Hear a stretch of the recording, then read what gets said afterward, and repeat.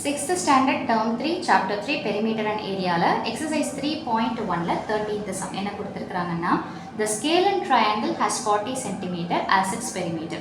முதல்ல scalene triangle னா என்ன அப்படினு பாத்தீங்கன்னா மூணு சைட்ஸுமே அன்ஈக்குவலா இருக்கும். ஓகேங்களா? ஒவ்வொரு சைடுக்கும் ஒரு மெஷர்மென்ட் இருக்கும். அதுதான் scalene triangle னு சொல்றோம்.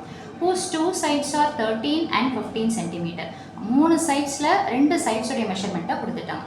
தேர்ட் சைடுடைய மெஷர்மெண்ட் என்ன அப்படின்னு சொல்லிட்டு கேட்குறாங்க. ஓகேங்களா? ஸோ தமிழ் மீடியம் ஒரு அசமபக்க முக்கோணம் அப்படின்றாங்க. அப்போ அசமபக்க முக்கோணம்னா என்ன அர்த்தம்னா மூணு பக்கங்களும் வெவ்வேறு அளவாக இருக்கும். அதோடைய பெரிமீட்டர், அதாவது தமிழில் சொல்லணும்னா சுற்றளவு என்ன கொடுத்துருக்குறாங்கன்னு பார்த்தீங்கன்னா 40 சென்டிமீட்டர். அதில் ரெண்டு பக்கங்களுடைய அளவுகள் 13 மற்றும் 15ன்னு கொடுத்துருக்குறாங்க. மூணாவது பக்கத்துடைய அளவு என்ன? ஓகேங்களா? ஸோ இங்கிலீஷ் மீடியம் தமிழையும் தெரிஞ்சுக்கோங்க, தமிழ் மீடியம் இங்கிலீஷையும் புரிஞ்சுக்கோங்க. ஓகேங்களா? ஸோ இப்போ சொல்யூஷன் தீர்வு என்னன்னு பார்ப்போம்.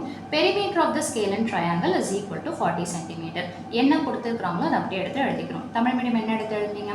அசமபக்க முக்கோணத்தின் சுற்றளவு இஸ் ஈக்குவல் டு அந்த மெஷர்மெண்ட் எடுத்து எழுதிக்கிறீங்க. பெரிமீட்டர் அப்படின்னாலே சுற்றளவுனாலே ட்ரையாங்கிளுக்கு என்ன ஃபார்முலா அப்படின்னு பார்த்தீங்கன்னா a + b + c is equal to 40. ரைட்டுங்களா? இப்போ இதில் நமக்கு ரெண்டு பக்கத்துடைய அளவு தெரியும். என்ன கொடுத்துருக்குறாங்கன்னா 13 and 15. அப்படியே சப்ஸ்டியூஷன் பண்ணுங்கள். ஏக்கு பதிலாக 13, பிக்கு பதிலாக 15, சி தெரியாது. இவ்வளோ தூரம் தள்ளி போடுறதுக்கு பதிலாக நம்ம கிட்டே எடுத்து போட்டுக்கலாம். ஓகேங்களா? ஸோ இப்போ என்ன பண்ணலாம்? இதை ரெண்டுத்தையும் ஆட் பண்ணுங்கள். So 5 + 3 is 8, 1 + 1 2. ஸோ ஆட் பண்ணிங்கன்னா என்ன கிடைக்குதுன்னு பார்த்தீங்கன்னா 28 + c is equal to 40. நம்ம எதை கண்டுபிடிக்கணும் அப்படின்னு பார்த்தீங்கன்னா சி, அதாவது தேர்ட் சைட், மூணாவது பக்கம். ஸோ அப்போ சியை மட்டும் அந்த பக்கம் வச்சுக்கோங்க. ஏன்னா சி பாசிட்டிவாக இருக்கிறதுனால ப்ளஸ் இருக்கிறதுனால முன்னாடி அதை நீங்கள் டிஸ்டர்ப் பண்ண வேணாம். ஆல்ரெடி அந்த பக்கம் என்ன இருக்குதோ முதல்ல அதை எடுத்து போட்டுடணும். ஸோ இந்த 28 இந்த பக்கம் எடுத்துகிட்டு வரேன். அப்போது இதுக்கும் நடுவில் என்ன இருக்குதுன்னு பார்த்தீங்கன்னா ப்ளஸ்ஸு மைனஸ்ன்னு இருந்ததுன்னா நம்பரோட சிம்பிள் மட்டும்தான் மாறும். மேலேருந்து கீழே, கீழேருந்து மேலே மாறாது. ஸோ இந்த ஆப்ரேஷன் என்னன்றத பார்க்கணும். ஸோ எதை கண்டுபிடிக்க போகிறோம்? சி. அதுக்கும் நம்ம எடுத்துகிட்டு போகிற நம்பருக்கும் நடுவில் என்ன சிம்பிள் இருக்குதுன்னா ப்ளஸ்ஸு. அப்போ ப்ளஸ் மைனஸ்ன்னா உங்களுக்கு நம்பரோட சிம்பிளை நம்ம மாற்றணும். இங்கே முன்னாடி எதுவும் சிம்பிள் இல்லைன்னா ப்ளஸ்ன்னு சொல்லிட்டு அர்த்தம். அப்போ +28 அடுத்த பக்கம் போச்சுன்னா என்ன வரும்னு பார்த்தீங்கன்னா -28. ஸோ அவ்வளோதான். சியோடைய வேல்யூ என்னென்னு பார்த்தீங்கன்னா இதை சப்ட்ராக்ட் பண்ணுங்கள். 10ல் 8 போச்சுன்னா 2, இங்கே பாரோ பண்ணியிருப்பீங்க 3ன்னு வரும். ஸோ 3ல் 2 போச்சுன்னா 1. கேல்குலேஷன் பண்ணும்போது நீங்கள் யூனிட்ஸ், அதாவது அலகுகள் போடணுன்ற அவசியம் கிடையாது. ஆனால் ஆன்சர் கண்டுபிடிச்ச பிறகு கண்டிப்பாக போடணும். ஸோ அந்த தேர்ட் சைடுடைய அளவு என்னென்னு பார்த்தீங்கன்னா 12 சென்டிமீட்டர். 14th sum என்ன கொடுத்துருக்குறாங்கன்னு பார்த்தீங்கன்னா a field is in the shape of a right angled triangle whose base is 25 meter and height is 20 meter. ஒரு ட்ரையாங்கிள், ரைட் ஆங்கிள் ட்ரையாங்கிள்னா எப்படி இருக்கும்னு பார்த்தீங்கன்னா 90 டிகிரி இருக்கிறது தான் நம்ம ரைட் ஆங்கிள் ட்ரையாங்கிள்னு சொல்லுவோம். ஸோ அந்த ரைட் ஆங்கிள் ட்ரையாங்கிளுடைய பேஸை கொடுத்துருக்குறாங்க, ஹைட்டை கொடுத்துருக்குறாங்க. Find the cost of levelling. இந்த வார்த்தையை நல்லா தெரிஞ்சு வச்சுக்கோங்க.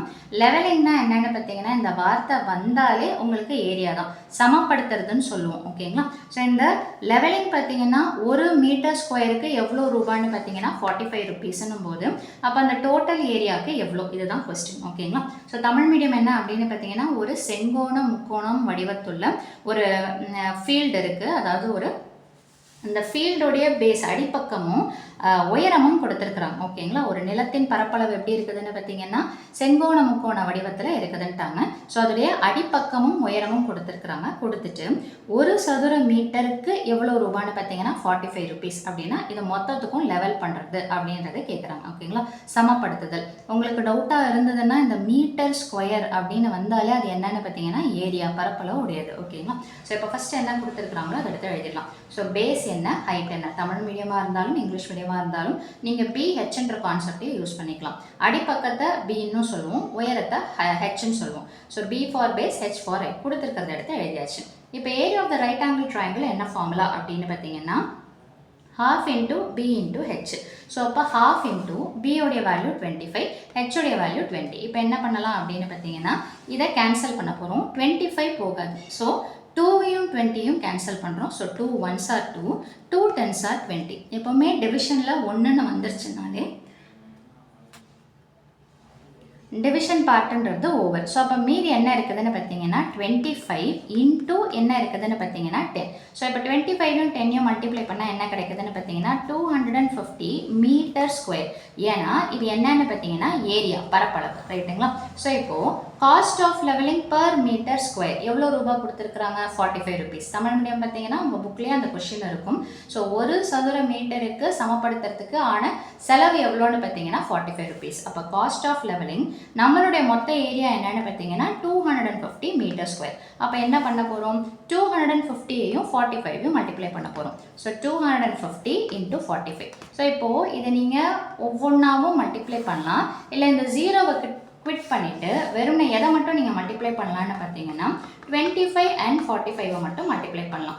So 5 5s are 25, remainder 2, 5 2s are 10 plus 2 is 12. 4 5s are 20, remainder 2, 4 2s are 8 plus 1 plus 2 10. So 5 2 1 1. இப்போ இது வருது இல்லைங்களா? ஸோ இதோட நம்ம என்ன பண்ணிடணும் அப்படின்னு பார்த்தீங்கன்னா நம்ம 25 45 மட்டும்தான் மல்டிப்ளை பண்ணியிருக்கிறோம். பக்கத்தில் இருக்கிற ஜீரோவை சேர்த்து போட்டுடணும். இது என்னென்னா ஒரு ஸ்டெப்பை கம்மி பண்ணுற மாதிரி, ஓகேங்களா? ஸோ இது காஸ்ட்டுன்றதுனால நம்ம என்ன சிம்பிள் போடணும்னு பார்த்தீங்கன்னா ரூபாயோடைய சிம்பிளை தான் போடணும். ஸோ மொத்தமாக எவ்வளோ ஆகுதுன்னு பார்த்தீங்கன்னா 11,250 for cost of levelling. So அவ்வளோதான் இந்த சம்மோட சொல்யூஷன். ஸோ ஃபஸ்ட்டு என்ன பண்ணுறோம்? ஃபார்முலாவில் சப்ஸ்டியூஷன் பண்ணி ஏரியாவை கண்டுபிடிக்கிறோம். வந்த ஆன்சரை 45 ருபீஸோட மல்டிப்ளை பண்ணுறோம். இதில் மீட்டர் ஸ்கொயர்னு தான் போடணும், ஏன்னா நம்ம கண்டுபிடிக்கிறது ஏரியா. இதில் பார்த்தீங்கன்னா ருபீஸ்ன்னு தான் போடணும், ஏன்னா நம்ம கண்டுபிடிக்கிறது என்னென்னு பார்த்தீங்கன்னா காஸ்ட். ஸோ மீண்டும் அடுத்த பதிவில் வேறொரு சம்மோட சந்திக்கிறேன். வீடியோ பயனுள்ளதாக இருந்ததுன்னா மறக்காமல் லைக் பண்ணுங்கள், ஷேர் பண்ணுங்கள், சப்ஸ்கிரைப் பண்ணுங்கள். தேங்க்யூ.